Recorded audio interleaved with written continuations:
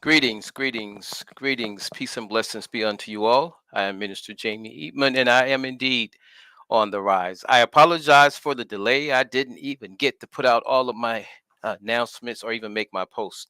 So, those of you who join me, I do appreciate it. And those of you who will hopefully look for this later, I thank you for having the initiative to do so. Welcome, welcome, welcome. Let's begin with prayer. Most Holy Father, we thank you. Father, we just thank you for all that you've done, all that you're doing, Father, and what you're doing in this season. And we thank you for allowing us to be a part of it. Father, as we come before you right now, we want to be worthy of the many blessings that you have in store for us. So we come asking forgiveness for any sins that may have been committed, knowingly or unknowingly, not just by us, but by our seeds and their seeds as well. We ask that you forgive us for any of our transgressors and ask you to forgive those who have transgressed against us.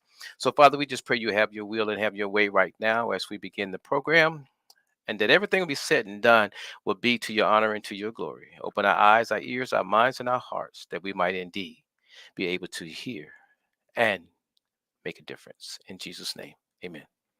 All right, all right, all right.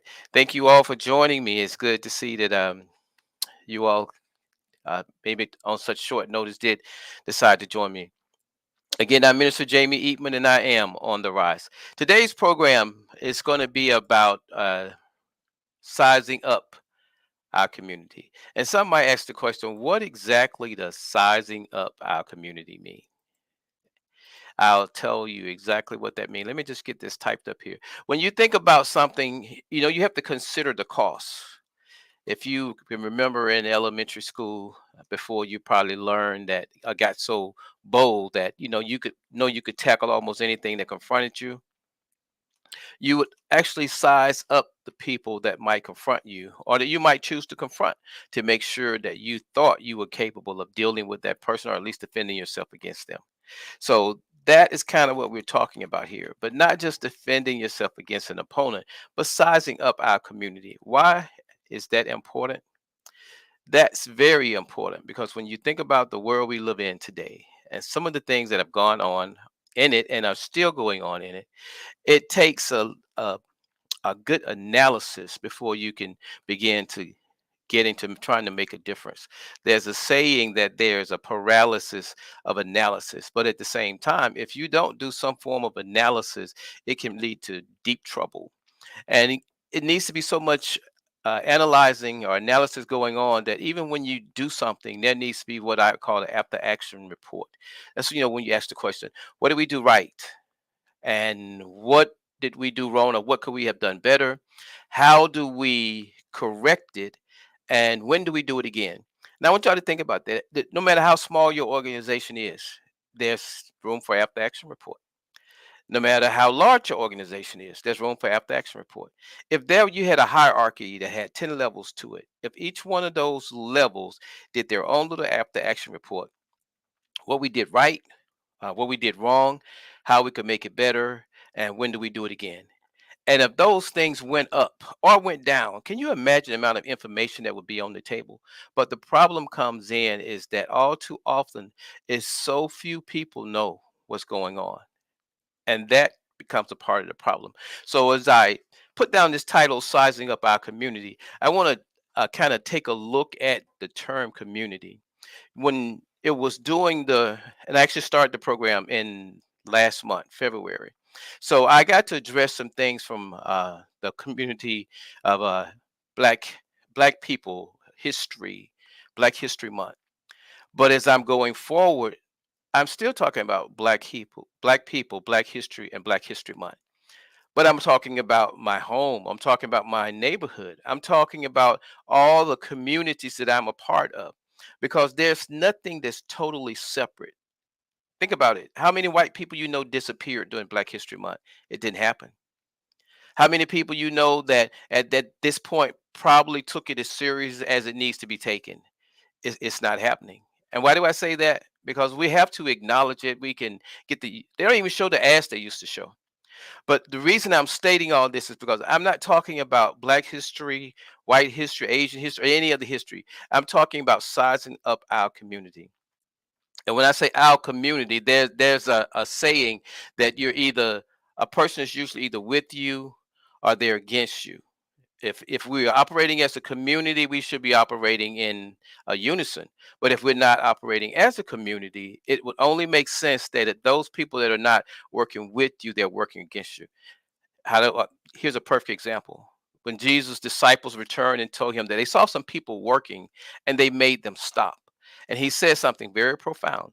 He said that if they are not working, or scattering was the term he used, if they're not scattering, then they were not against him. In other words, if there are some people that are doing something similar to what you're doing, you don't have to see that person as your opponent simply because they are doing something that looks to be contrary or the same thing that you're doing. Because ultimately, the community is really what matters.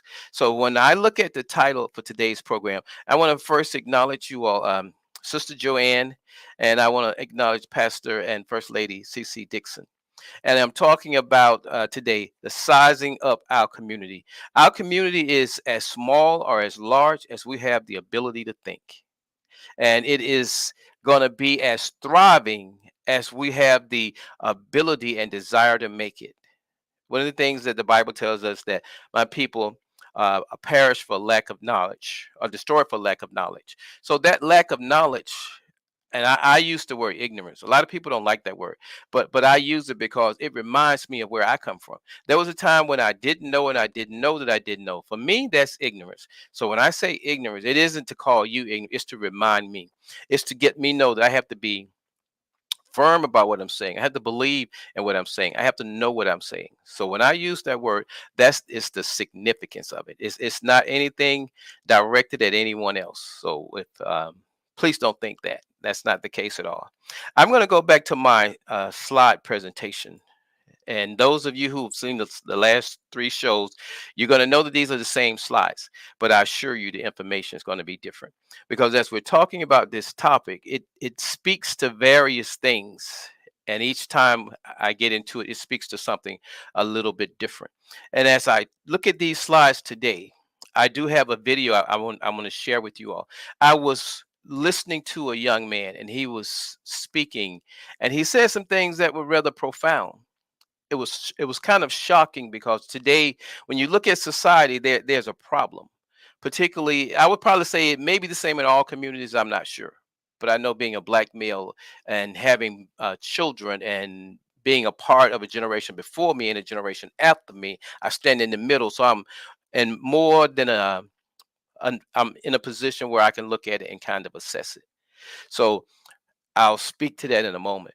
But right now, my slides are this: state of affairs, economics. And I chose this topic here because when you look at the community, the video that I'm going to share, this guy speaks concerning what he calls it is black and white of money. And as he was speaking, I really found it interesting because he was speaking from a different perspective. In fact, he was speaking to a point where he actually got to a point in his presentation where it was so much about black and white about money. I think he forgot who he was, or maybe even where he was. So I think it caught him off guard, but it made a lot of sense. Because when you look at change it doesn't come about because I feel it's needed or you feel it's needed. It should come about because it is needed, and where it is needed, then I like to think that because we believe in a divine God, we believe in a God that, how it says, truth forever on the scaffold. Truth is always trying to correct something, but that same quote says wrong is forever on the throne, meaning that you're always fighting against something that appears to be more zealous, more powerful. But behind that truth and the dim unknown stands God, keeping watch above his own. So here we are in a season now, much like that our ancestors might have faced. Situations and circumstances has changed, but that's needed to get beyond, get through, or get over it, it remains the same. And the biggest portion of it is our understanding of where we are, our understanding of who we are, and believe it or not, our understanding of what we have overcome and what we have yet to overcome. Because if we don't understand that portion, we aren't going to get very much, and we're not going to go very far. In the world today, it's almost like somebody's, let's just say, our ancestors. And when I say our, I'm not talking black. I'm talking black and white. Let's say the white people said they were going to set their children up. So right now, we're gonna make all this money so they have this great inheritance. If y'all don't get that, think about this: Social Security. When you work all your life, you set aside a certain amount of money so that when you get to a point where you can retire, the money's there. But imagine going through life, when you're done and you're collecting Social Security, your children now have to go to work. But one set is set up, and they've been set up for years, and another set is trying to catch up. But the set that's trying to catch up don't know that they're trying to catch up because of the fact that somebody hadn't told them. And do this a couple of times, and can you imagine how insignificant that little fact that we're behind by this much might seem? Think about it. In the world today, people are bragging and boasting about areas they come from, areas that are highly in need of improvement. They're boasting about areas they come from, and they're doing things within those communities that really some of us, we haven't told them. But I'm ashamed of that. Some of us really haven't looked at it enough and see how big of a shame it is. The worst thing when you encounter someone and they want to criticize you. For me, I don't mind criticism. What bothers me is when you're right. When you're right, you're empowering me. I'm going to make a correction and I'm going to go and fix that. There are a lot of things that need to be fixed. When I use the term state of affairs, we're going to talk about some things. But economics is definitely one of them. And that economics isn't a black problem. It isn't a black issue. It's a white problem and a white issue as well. And what makes it that is this: because we live in a world, we live in a country. Let's start there. We live in a country that claims to be a democracy. We live in a country that claims to have justice. But there are some issues that are on the table that we have been dancing around, skating around, that are making their way to the forefront. Not because I say they are, but because they are. There's some things that have been on the agenda, that have been talked about briefly, that are coming to the forefront. On the last program, I did a video. I showed where it was Phil, the little bald-headed guy that's associated with Oprah. He was put on this program, and he was asked about reparation, and he said something, and I haven't seen it anywhere else. He said something that was ignorant on his part. He said something that we should have been like sharks on, as far as those that are trying to push the envelope concerning reparation. His comment was that this money, he acknowledged reparation being given to other people, but he said if this amount of money is given to anybody, a group of people, that this money would be wasted. There wasn't an denial of this money, but there was this comment about how these wasteful people that might have been owed this money, how they would waste it. You haven't heard. I haven't seen anything on the news, and to be honest, I don't watch news a lot. But stuff like that, it should have broke the internet. That's the type of thing there that you have people for years have been talking about reparation, but yet there is none. And then you can bring someone on, and this was at one of the major higher institutions of education, and he was being interviewed by a black professor, and he was asked this question, and he boldly answered it. So what I'm saying is that when people can do things like that, and depending on what the topic is, it kind of lets you know the relevance of that topic. Based on his response and kind of what I'm seeing after the fact, it's almost like that topic isn't relevant, but it actually is. So when you think about that, but for something like that to happen and it to be handled that way, it doesn't say much about the people that are involved. And when I say the people, yeah, I'm talking about you and I. Because when it comes down to the things that we are faced with, it's like if someone, I give you this example. When I was coming up, I wasn't, I was kind of a small guy, hadn't really grown up, but had my growth spurt, and I was the oldest. So whenever someone got in a fight, everybody went home to get their older brother, their big brother. And many times I end up having to, take care of something for my younger brother, but the people always had an older brother. So I learned it wasn't important that I won the fight. It was important that I fought a good fight. So I would be respected and I would have to fight lesser fights. Get that? I didn't win, but I fought my best fight. And because I fought my best fight, I didn't have to fight as many fights. So what I'm saying about that is this: when it comes down to the things that we do know of, because some of us do know, those of us who aren't in the know, it's not a problem. There's time to learn. But those of us who do know, and we have an opportunity to go and challenge something, we should be doing just that. Because anything left unchallenged, if something is said and you don't say anything, somebody's going to walk away thinking, oh, okay, I can say that again. And if they walk away thinking I can say that again, it isn't quite their fault so much as it is yours. So you have to be mindful of that. And let me see if I can find this video with Brother Phil in it. And I think here it is right here. I have it labeled as Phil on reparation. Let me see how it comes in, if it gives me a chance to deal with it before it does. So as you listen to this. Dr. Phil, the infamous TV psychologist who has gotten rich off the back of a black woman, had this conversation with Professor William Darity of Duke University in regards to reparations. Check it out.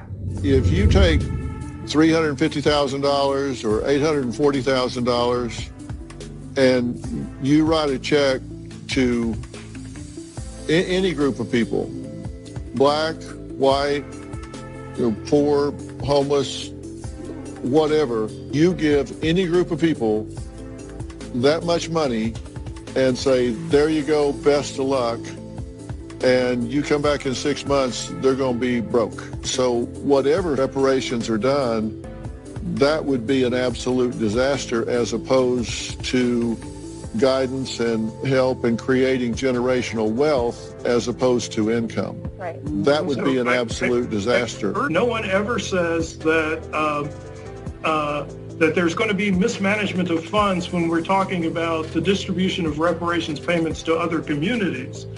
I just said it. I just said you give that money to anybody, they're going to mismanage it. They're going to blow it. Look at the fraud that just occurred with all of the money that was given. You know, I paused there for a moment, and this is something I really want us to listen to. You know, when it comes to dealing with, and I'm not really saying Dr. Phil is a snake, that he's a snake, but I'm using this a teaching moment. When you're dealing with a serpent, you got to be as wise as a serpent. And the word of God says, wise as a serpent, but harmless as a dove. When he answered my brother here, he gave him an answer that was, let's say, it was smart. He gave him an intelligent answer. But this is a topic here that came up, and the way he spoke that, I mean, did you hear how casually it was said? Now, this is at at one of our higher learning institutions, and this is on Facebook, and clearly that's Dr. Phil. Clearly that's the professor, and it says something about Fox 35. But you know, if this was something pertaining, if Trump had made a statement like that, probably even Bush, as a matter of fact, it would be all over the news. But because they don't consider reparation to be that important of an issue, it has to be done or said by someone that's considered important before it becomes important. So when we hear conversations like this, reparation is one of those things that, you know, when you give it some thought as to what it is, it's amazing. The guy pulled two numbers. He didn't just, it looked as though it wasn't a guess. It wasn't just some numbers he came up with. So that lets you know how in depth he probably prepared for this show. So if you look at those numbers, we worried about those 6,000 checks, the stimulus checks that they gave to black and white. If they were really concerned with trying to do this debt or address it, that same amount of money could have gone toward that. But the thought that someone who has gone through and knows the history behind slavery to say at this point in time that we, the descendants of those slaves, wouldn't know how to manage our money. If that ain't a slave master mindset, I don't know what is. And I don't know if he would want to walk that back or whatever the case may be. But if you just listen to what he just said, I'm going to back it up a little bit. Or try to anyway. Disaster as opposed to guidance. Poor, homeless, whatever. You give any group of people that much money and say, there you go, best of luck, and you come back in 6 months, they're going to be broke. So whatever reparations are done, that would be an absolute disaster as opposed to. Now, and watching this, one of the other things I really want to say that's important is that he makes a statement like this, and we have all sort of black people on here that run behind so many things. Have you all heard anyone addressing this? I mean, the guy that broke the internet interviewing the Cat Williams. This is one of those things here that it should be at the forefront, and it isn't, may not be a problem for them. They may not have even seen it, on their behalf. But when we as a people look at the battles and struggles that our ancestors and forefathers fought, and I shouldn't be saying that.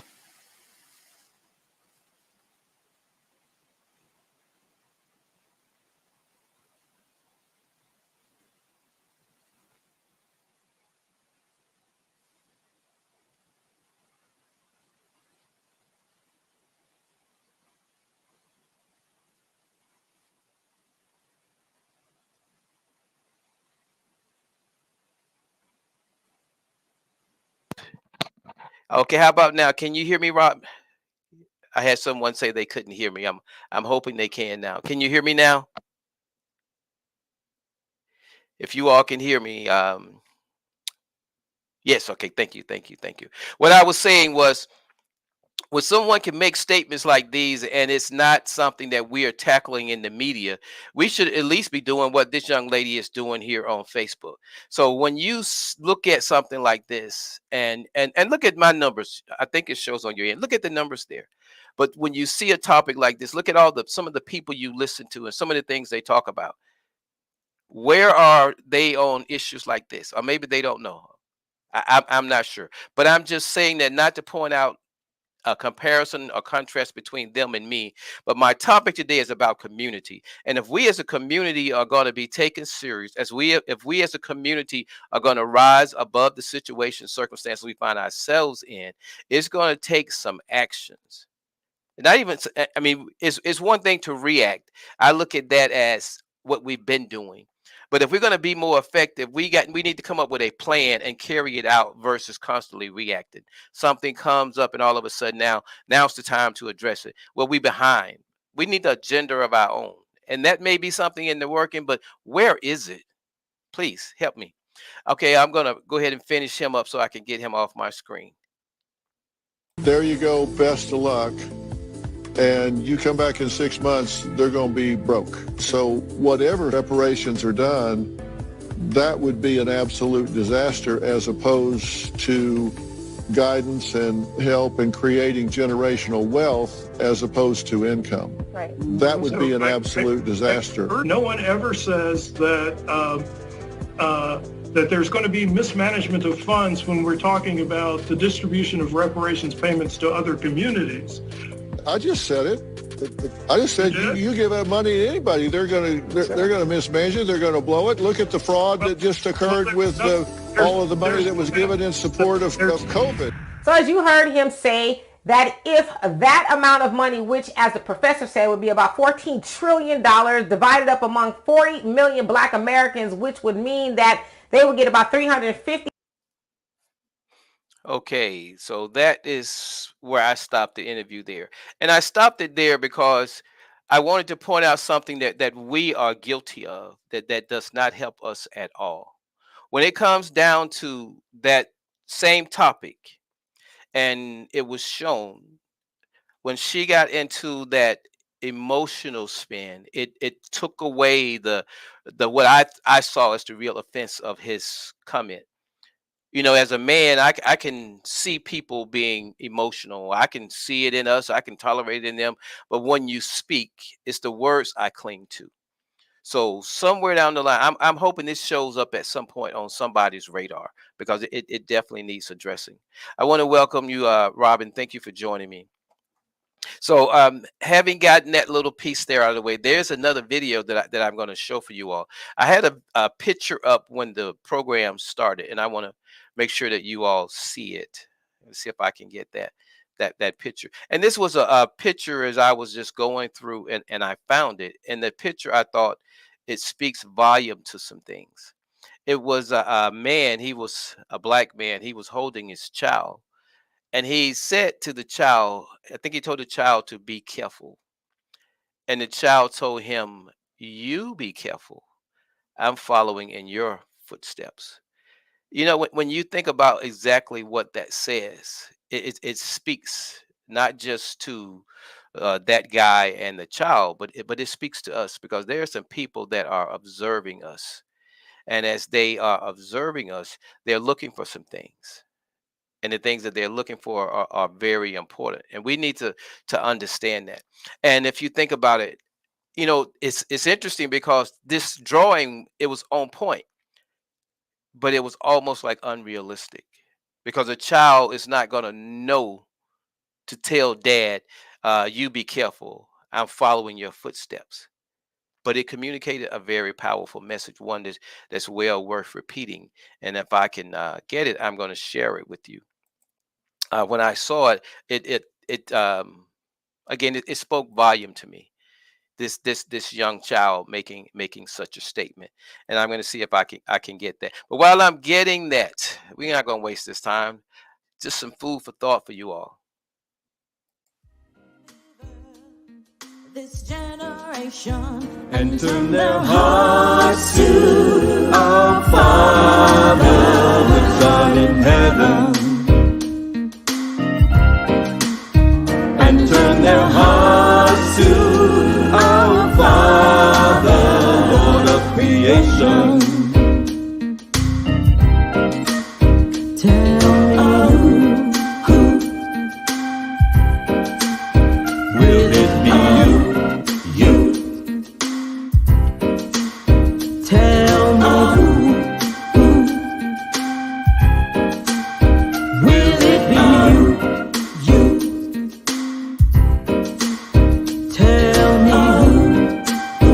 Tell me who will it be? You. Will it be you? Will it be you? Will it be you? Tell me who? Tell me who? Will it be you? Will it be you? Will it be you? Will it be you? Tell me who? Will it be you? Will it be you? Tell me who? Tell me who? Tell me who? Tell me who? Will it be you? Will it be?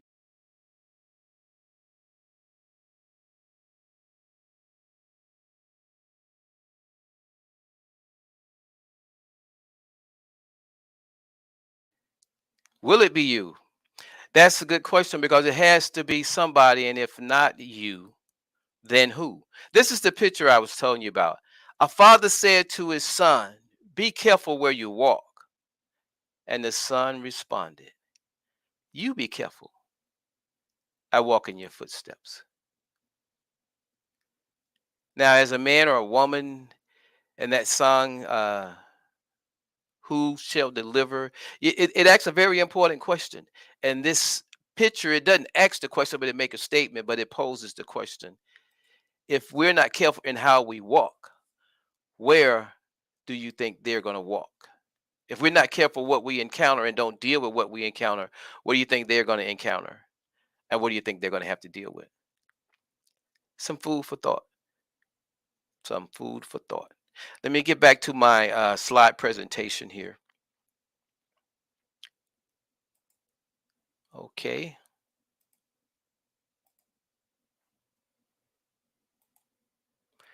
And it was, there we go. All right, here. So we were talking about, the first slide I had here was economics. And economics is very important. When we look at this economic, and I have down here race matters, I just kind of address those two, because they we had a quote during the crisis with with Brother Floyd, when we were saying that Black Lives Matter, and white people came out, and I mean, they were just as present, if not more present, than we were in many instances. But here it is, there's still some ongoing issues. There's still some state of affairs that have not been duly even addressed or brought to the table.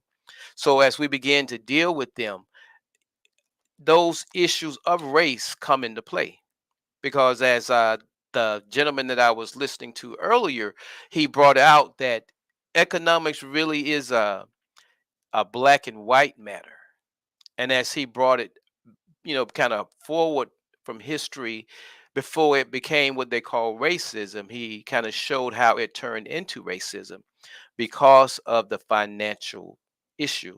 The Bible tells us that the love of money is the root of all evil. And if you look at what supposedly the servitude that is referenced in the Bible turned into here in the United States, it's like there was an occasion for evil, and evil consumed that entirely. So here we are now dealing with the results of that generations later. So it does come into play. And I have down here 1.3 trillion. And I went over this. This is a gross national income, but this gross national income only it states only 2% circulates within our community. But this is the third time I'm showing this, and each time I address it from a different perspective. I want you to think about this for a moment. If we continue to spend the way we spend, this number could go up to 2.3 trillion. And what difference would it make? It'd still be only 2%. When you look at the cost of living as things go up, regardless, the more you make, the more it is consumed. Nothing changes. So how does a change come about? How does a change come about? In my first program I addressed, it was a video by, I think her name was Anderson, and she had did a study for 1 year where she went out to supposedly support black businesses. And that was a study that she did. Now, when you do a study like that, the next thing you need to do is some implementation to kind of see what comes from it. But before you implement, you have to have a plan. And that's where we are now. If we sizing up our community. This is one way of sizing it up. One question becomes, what do we represent? What do we have at our disposal?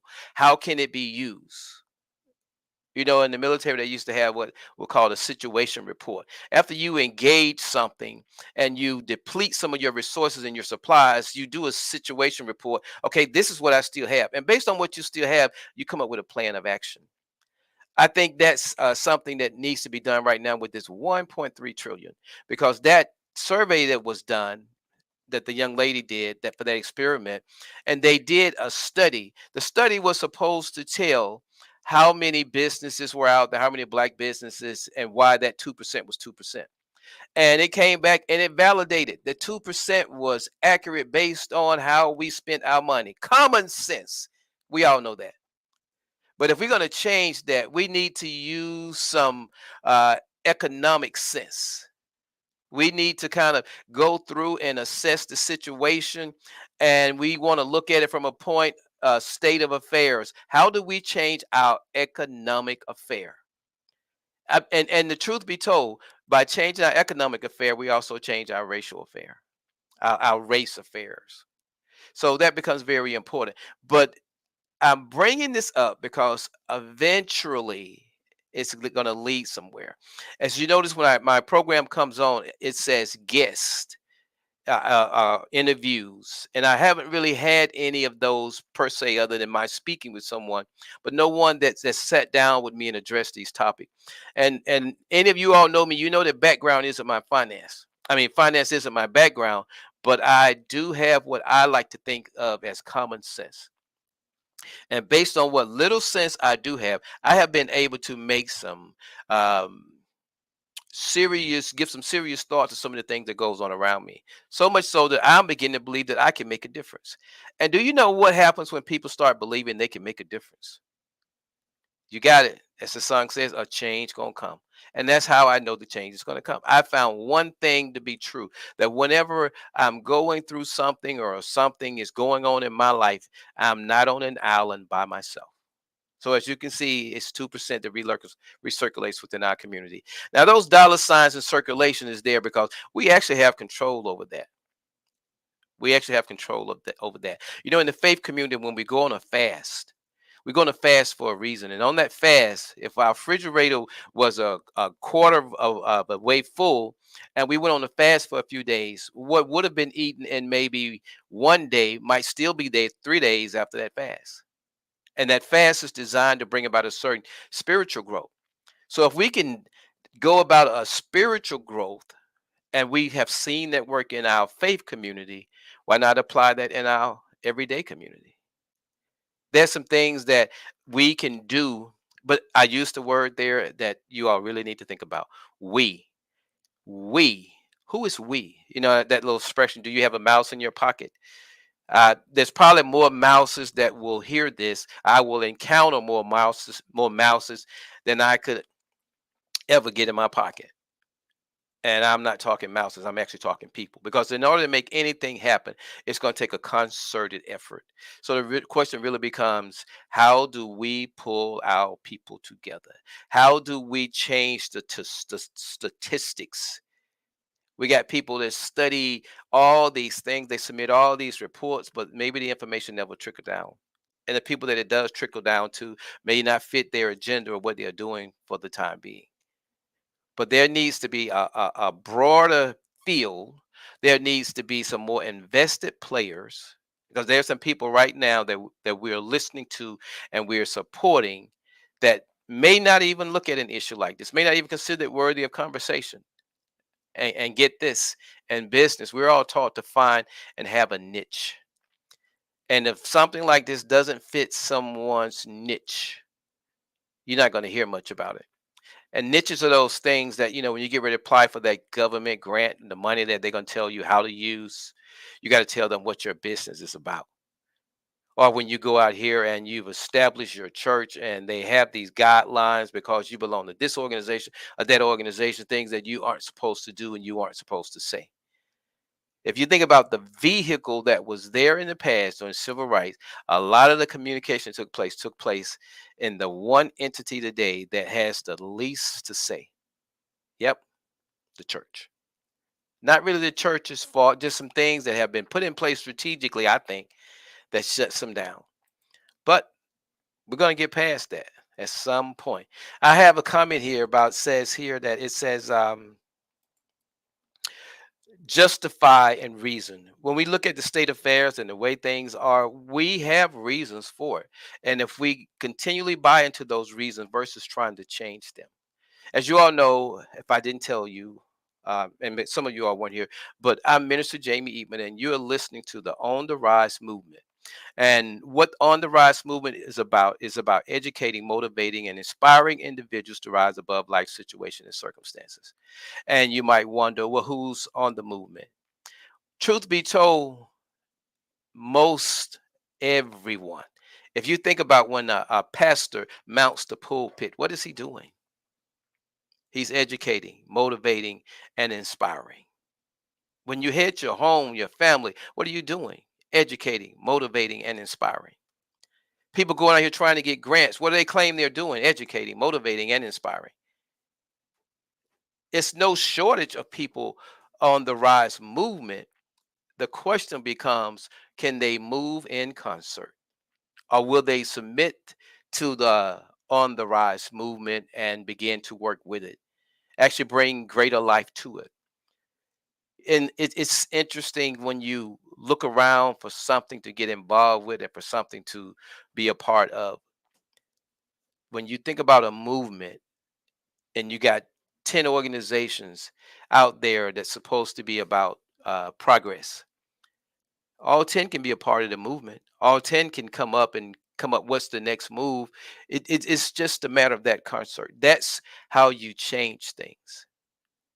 And I believe, I will speak it. A change is coming. When that song was made, A Change Gonna Come, it was a prophetic song. And I can resound that because I have a little piece of that. And as I speak what I'm speaking, if I speak it long enough, it's a seed it's falling somewhere. And at some point, somebody might open their mouth, and you never know what might be in it. Or somebody might come along and say something, and this person already knows a little bit about it. That's the way the things that we should be doing should work as we go about rising to the occasion. And the occasion is just anything. When you think about the state of affairs, look around us. There's so many things to be assessed. And when we assess them, If we see need for a change, going back to what I said earlier, that little evaluation. What did we do right? Everybody loves to know what they do right. You want those little letters of accolades. But then there's another question that's more powerful and more important. What did we do wrong? Because by addressing our wrongs are our weaknesses. So if we move those wrongs over there, and then that's the next question: how do we solve them? And when we solve them or feel we have them solved, whatever we did, we know we should be able to now do it better. And then we go and implement that, and we do it again. And what do you think the next thing is? We go back and we go through that same process again. If you can imagine a neighborhood, maybe 5 or 10 organizations that has talked and has a little bit of agreement and working toward solving something or addressing something, and they're all using this cycle and they're all getting better. And lo and behold, they have something like a spiritual uprising held by somebody that's a part of the On the Rise movement. And when they come together, the conversation is greater than everybody at the table. In the religious world, they would say, let the mind that was in Christ Jesus be in you also.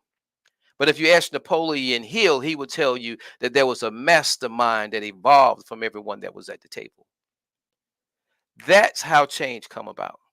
And when you start operating like that, change can't help but come about because you will have done the things that are necessary for it to come about.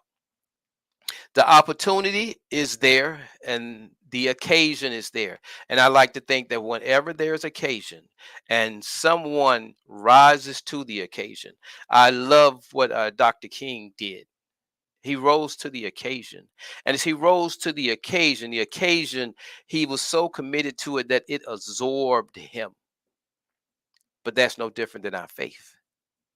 It says that when a man was willing to lose his life, he'll find it. But if he's trying to find his life, if he's running after things of the world, consumed with the cares of the world, he is actually living for himself. He's not a servant.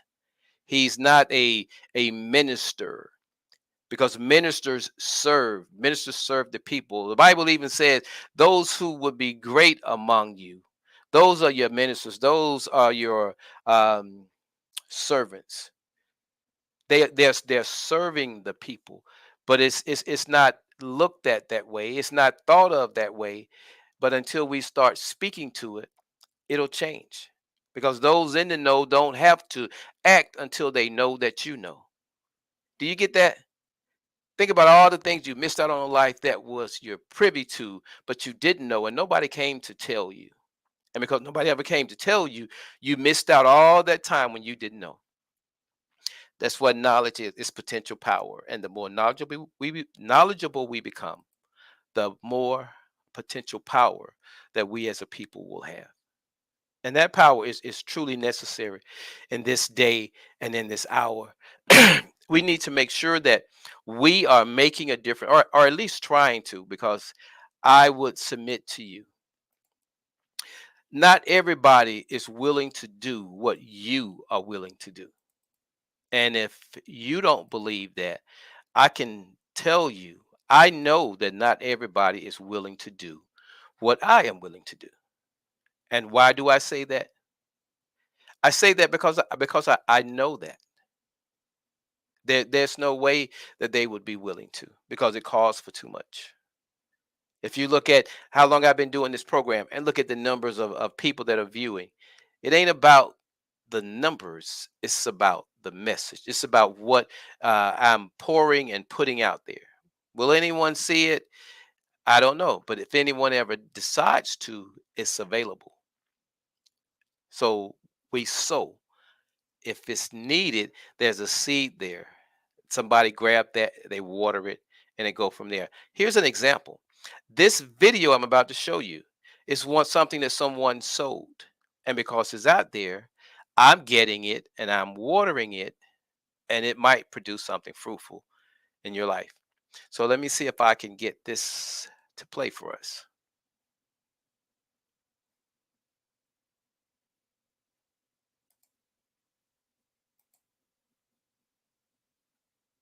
I was born in these Harlem streets that some may call mean. Born in the St. Luke's Hospital on 114th. I'm a product of my environment, so I must come clean. In an era of drug dealing, crackheads, and dope fiends. 129th and 8th Avenue is where I call my home. But Harlem was all ours. In all hours, we roam. From sunup to sundown was the devil's playground. But when the elders were around, we showed respect with no frown. That's just how we got down.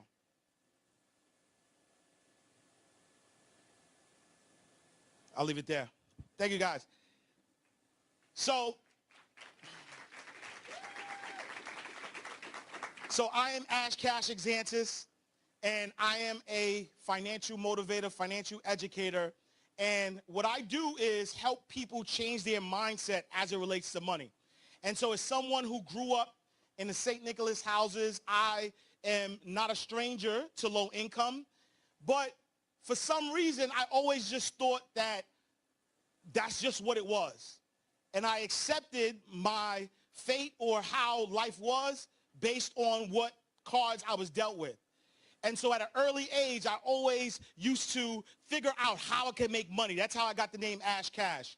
8 years old, packing bags at the local supermarket.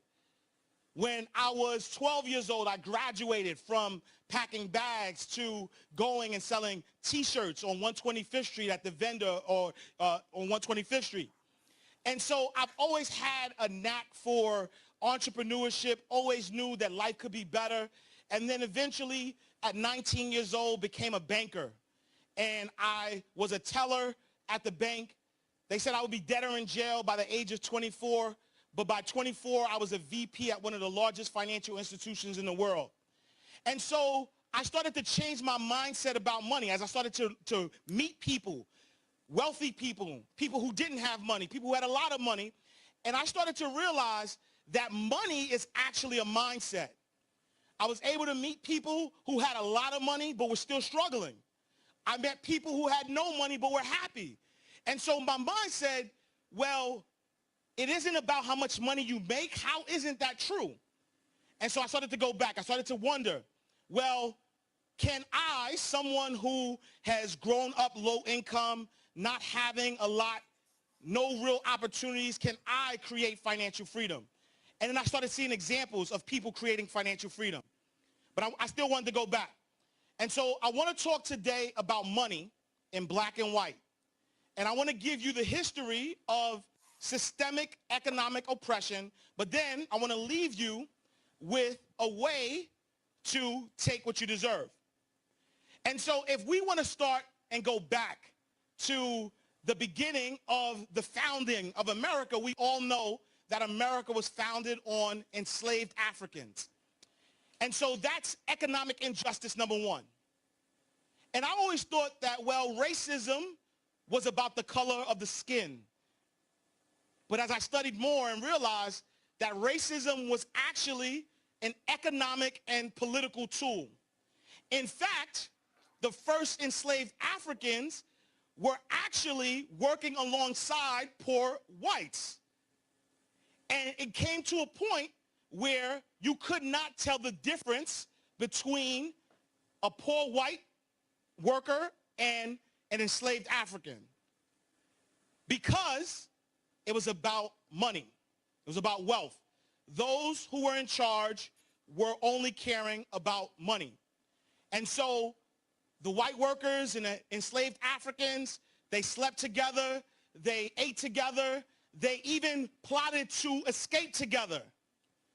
And so at the point where the settlers realized that this was too much power. And so that's when the institution of racism started to become part of the scheme. And the separation between classes, between people who have a lot in common. And so we fast forward to a point where after slavery, besides, all of the things that happened with slavery, we then come to an era of Jim Crow, where there's rules and codes and things that are set to make sure that African people of African descent do not have access to economics.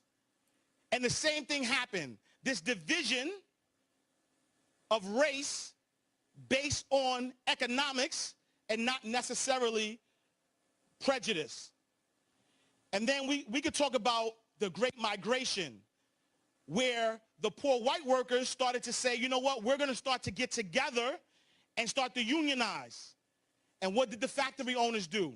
They said, you know what, we have a group of newly free slaves in the South that we need to make whole, give them opportunities. And so then you have this migration from the South to the North. But the migration to the South to the North wasn't all happy, though, because the free slaves amassed millions of acres of land that they owned.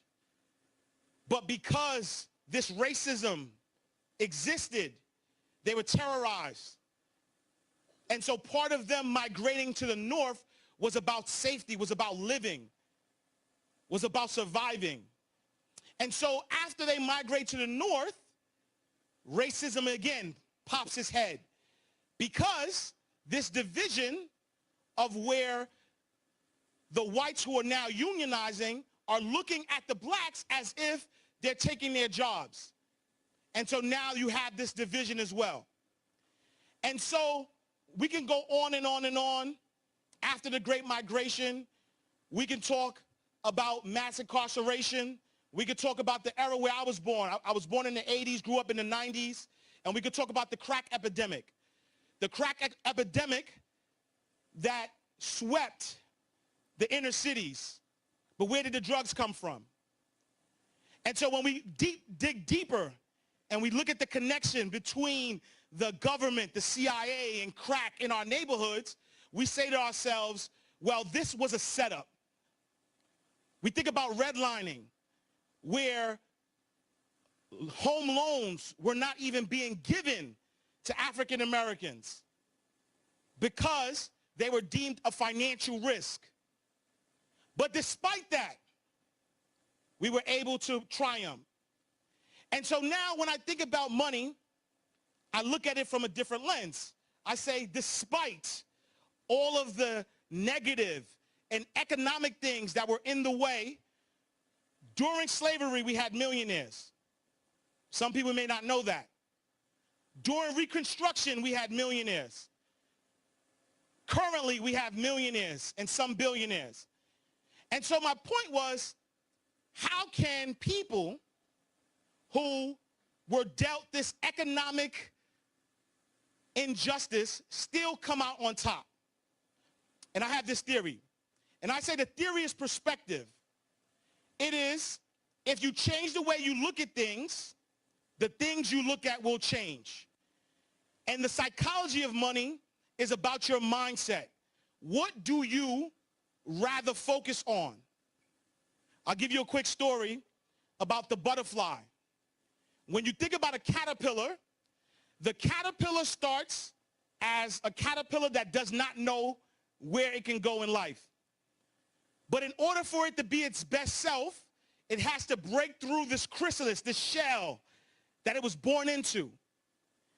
And if, for whatever reason, somebody wanted to help this caterpillar out and break the chrysalis so it could fly, it will wind up dying because it didn't gain the strength that it needed in its wings in order to be this beautiful butterfly.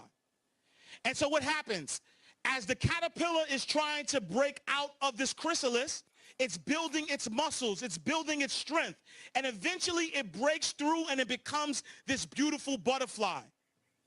And so if you remove that struggle from the caterpillar becoming a butterfly, then we wouldn't have the beautiful butterfly. And so when you think about money and you think about the economic injustice that has happened, a lot of it is about endurance. It's about strength. It's about building you up to have you understand that no matter where you come from, no matter where you are, no matter what you've been through, you can always take your life to the next level. And so with this resilience, with this power, with this newfound thought process of perspective, my ask is that we now start to focus on financial freedom for everybody. Because when you think about it, we live in a democratic, capitalist country, which at times seems to be a contradiction. Because if you can buy democracy with capital, how is that a free democratic system? And so we need to become capitalists. We need us who have good intentions, who want to see the world better, who want to live our best lives for us in our communities. We need to become capitalists. And so in order for us to do that, we need to follow these 4 steps.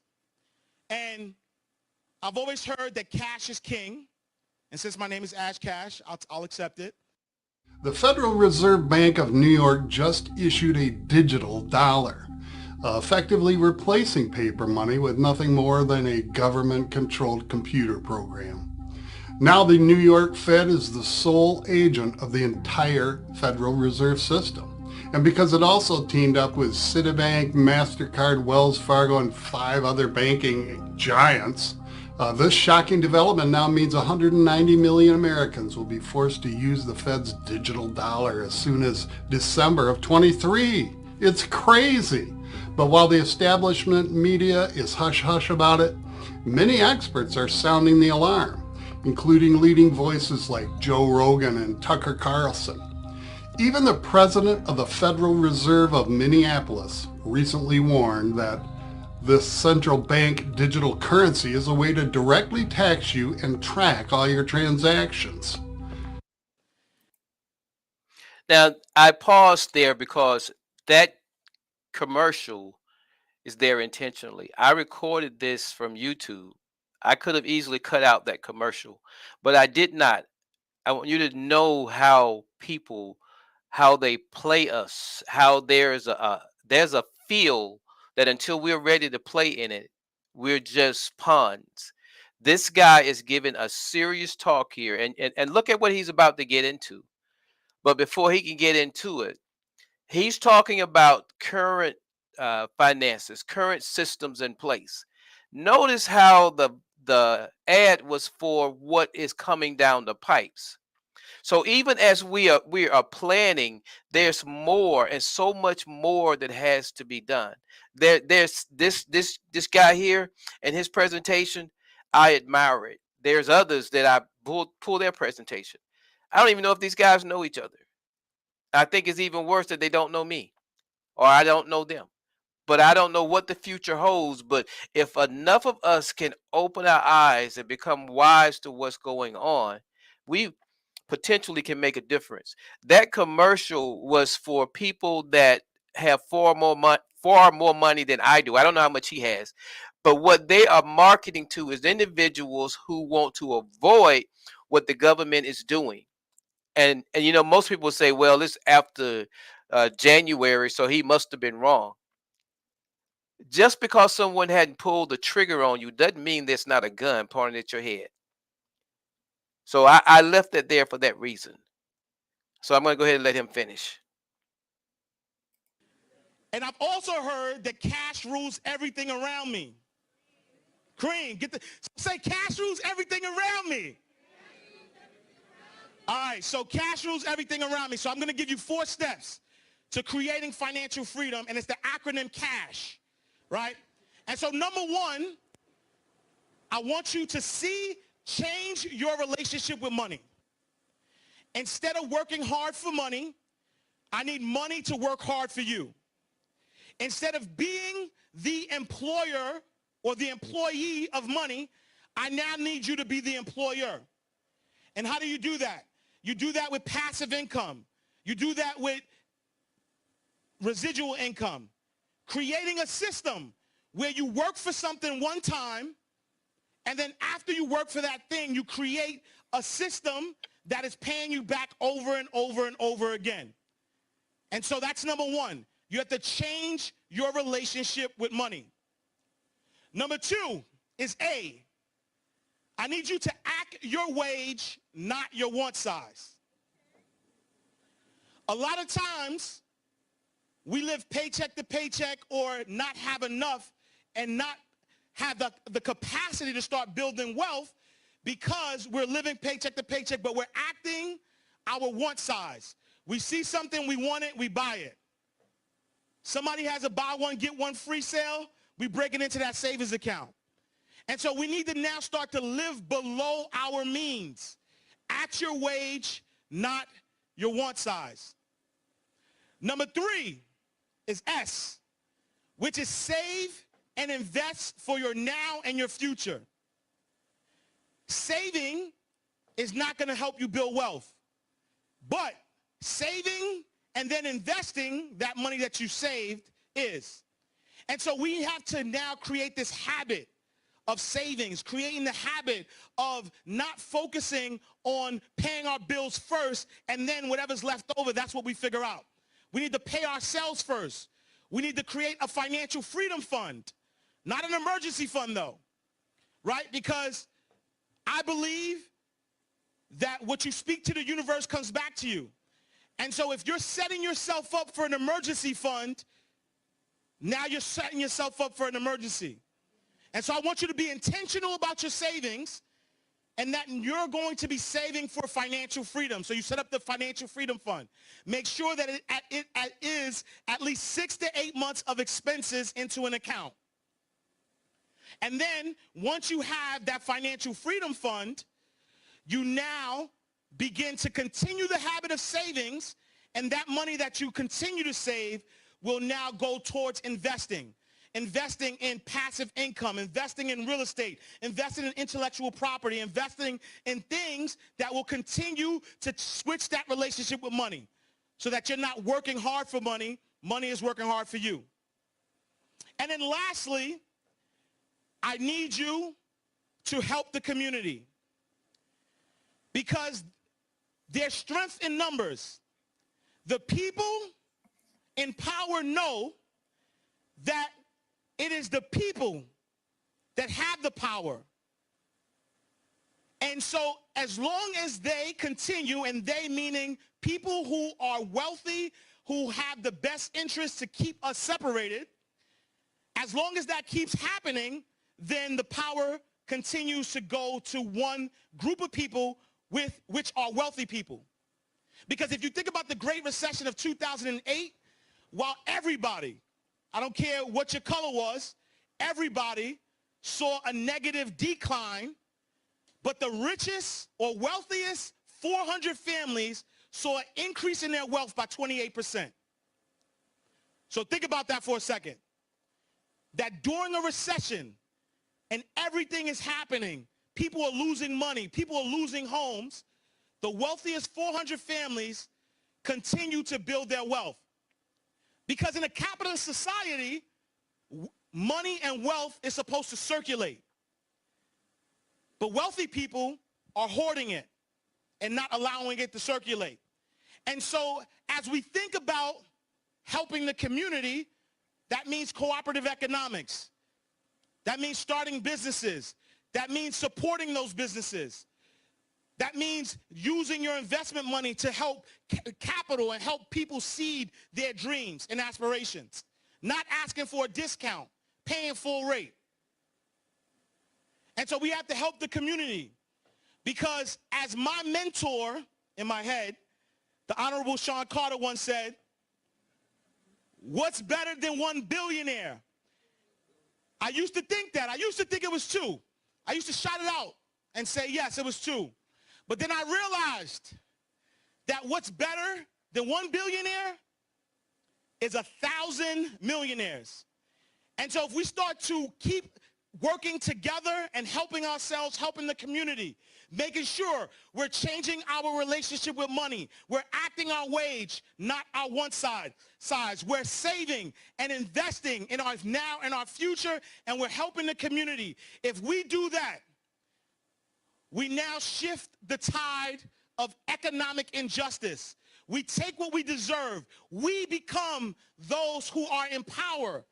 And with the right intentions, we can continue to connect and live the life that we deserve. I appreciate you guys. I am Ash Cash, and I approve this message. Okay, what he was saying is this: there is always an occasion to rise. If you seize the occasion to rise, if you seek the proper education, motivation, and inspiration, you're in a position to educate, motivate, and inspire. And if you or we as a community are willing to do that, you've heard it for years, each one teach one.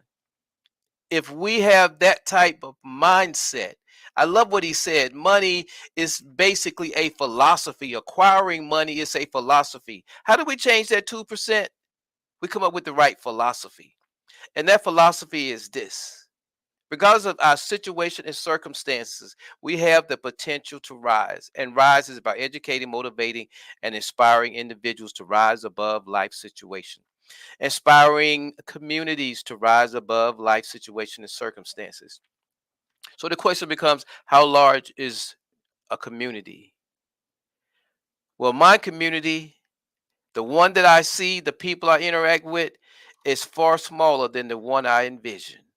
And I am on the rise. So as I move forward, I'm going to continue to educate, motivate, and inspire. And if I can persuade or encourage you to do the same, then our community grows. There actually is an OTR community. I'm having a little work done to it, but you'll hear about it next Friday. And as I begin to roll these things out, and I say I, not because I am bigger than the you or anything else, but because if I, now I'm an I, but you are also an I. So when I say I, don't look at my face. Just envision that you're looking at the screen and you're the one speaking and saying to yourself, if I don't do this, who will? Probably Jamie Eatman, because he's on the rise. And there'll probably be others that are going to come, but we would like for you to be a part of that as well. So as we move forward, please join me for On the Rise movement on Fridays at 8 p.m. And also on Wednesdays, we do a program called Rise to Prosperity. It isn't in the same vein, but it's all designed to educate, motivate, and inspire minds, hearts, and souls to rise above life situations and circumstances. As he said, it's thinking. When your thinking change, your situations, they may not change, but how you respond to them do. We can't change the community right away, but we can change our minds so we can prepare to change the community. Somebody has to have the right mindset to do the work. And that's those of us who are willing to say, thank you all for joining me. I'm Jamie Eatman, and I am on the rise. I look forward to seeing y'all next Friday. Peace and blessings.